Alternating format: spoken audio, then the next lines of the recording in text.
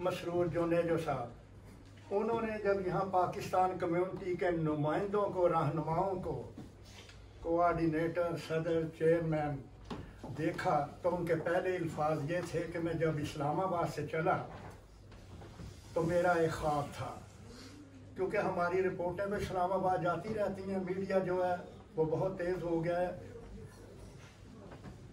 तो उन्होंने कहा मैं एक ख्वाब लेकर आया था और उस ख्वाब की ताबीर मुझे मिल गई है। ये अल्फाज हमारे पास रेडियो आपकी आवाज़ 92.9 महफूज है लाइब्रेरी में।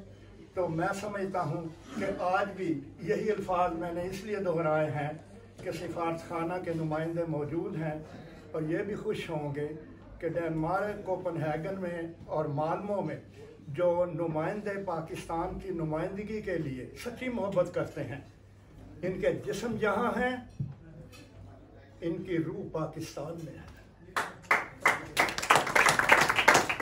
और दूसरी बात मैं ये कहूँगा, कायद आज़म को बारे में तमाम लोगों ने तफसील से उनके अक़वाल, उनकी ज़िंदगी, उनका लड़ना 3 महाज़ों पर, जैसे सिकंदर मलिक ने अभी कहा कि हिंदू, अंग्रेज़ और उन मौलवियों के ख़िलाफ़ जो पाकिस्तान की नफ़ी चाहते थे, नहीं बनना चाहते थे।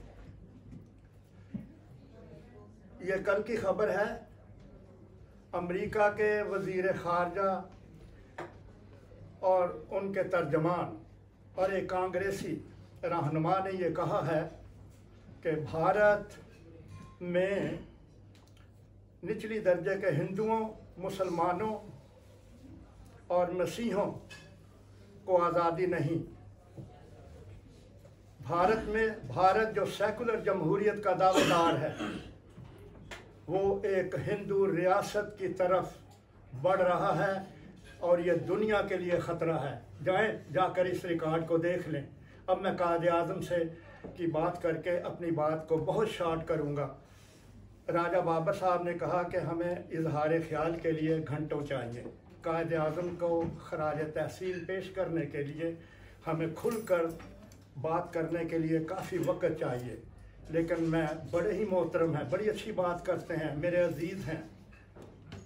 ये बिज़नेस है, ये कारोबार है, और बिज़नेस और कारोबार की जगह पर ये देखना पड़ता है कि जूल फर्स्ट डे है आज, उनके कारोबार को मद्देनज़र रखते हुए मैं 2 घंटे बात कर सकता हूँ, लेकिन नहीं, कारोबार है। हम किसी और जगह पर या रेडियो आपकी आवाज़ पर 92.9 आज हम खुलकर बात करेंगे और यहाँ से जाकर करेंगे और फजर की अज़ान तक करेंगे, इंशाअल्लाह खराज तहसीन पेश करेंगे। तो मैं आता हूँ वापस उसी जगह पर कि वज़ारत ख़ारजा अमेरिका के तर्जमान ने यह कहा कि जी हिंदू रियासत सेकुलर जमहूरियत का दावेदार है, वो हिंदू रियासत बनने जा रही है और ये दुनिया के लिए ख़तरा है।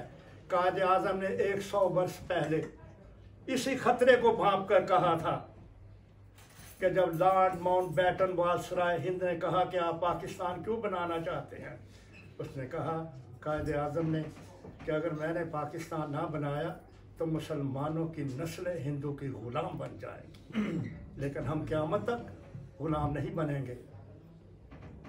तीसरी नस्ल का रहनुमा, चौथी नस्ल का रहनुमा पाकिस्तानी फ़ौज का आसम मुनीर आ गया है, याद रखना, बस और कुछ नहीं कहता।